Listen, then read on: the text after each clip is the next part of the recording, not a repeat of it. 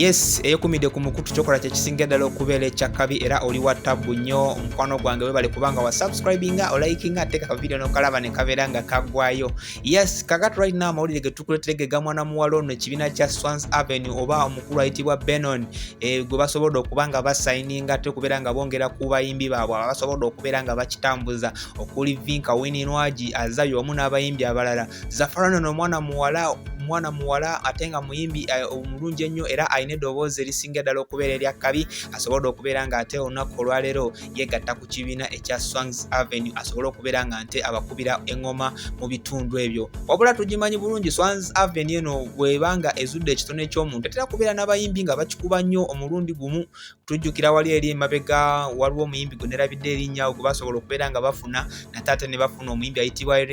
Winnie, Vinka wamu n'omukyala ayitibwa Azawi era nga ssaawa zino babadde bakikuba bulungi nnyo. Wabula katono omukyala ayitibwa Zafarani olweyongedde ku kibiina kino ekya Swangz Avenue abasinga batandise okubeera nga beeraliikirira omuli omukyala ayitibwa Vinka era nga ye kiteeberezebwa n'okuteeberezebwa nti essaawa yonna yandibeera nga ate ayawulira ekibiina kino ekya Swangz Avenue. Wabula omukyala ono agenza okujja nga n'omukyala Azawi yakabeera nga nte bambi afuna okusiimibwa oluvannyuma lw'okubeera nga omukulu oba abakulu abatwalaganya omulimu guno ogwa YouTube abaddukanya bizinensi ya online music oba online videos abakimanyi ekya YouTube ekyo kasitoweza emitwalo gibeera 10 batera okubeerako ne award gye bakuwa era omukyala ayitibwa Azawi asobodde okubeera nga nte afuna bulungi nnyo award eyo naye nga tukimanyi bulungi nti no award etera nnyo okubeera nga erwawo abantu okugifuna era nga abayimbi abasinga ddala wano mu Uganda bagenda okweza emitwalo 10 baba bakikoledde mu myaka nga 4-5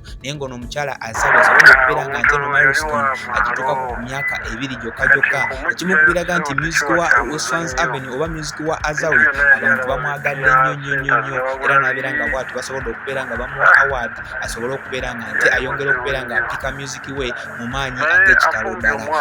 Tukwala omukisa okubeera nga twebaza omukyala ayitibwa Azawi olw'ekikula ekyo kyatuseeko okubeera nga nte asobodde okubeera nga awangula eyo silver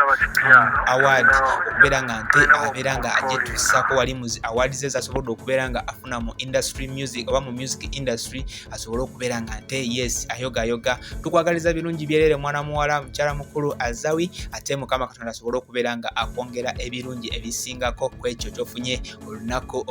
olwaleero. Yes gegagaliwo for now sigenda kubeera nga nsukawo wano nja kusaba just obeere nga subscribinga olikinga commentinga ate Mukama Katonda abeere nga akokooma. For now let me say bye.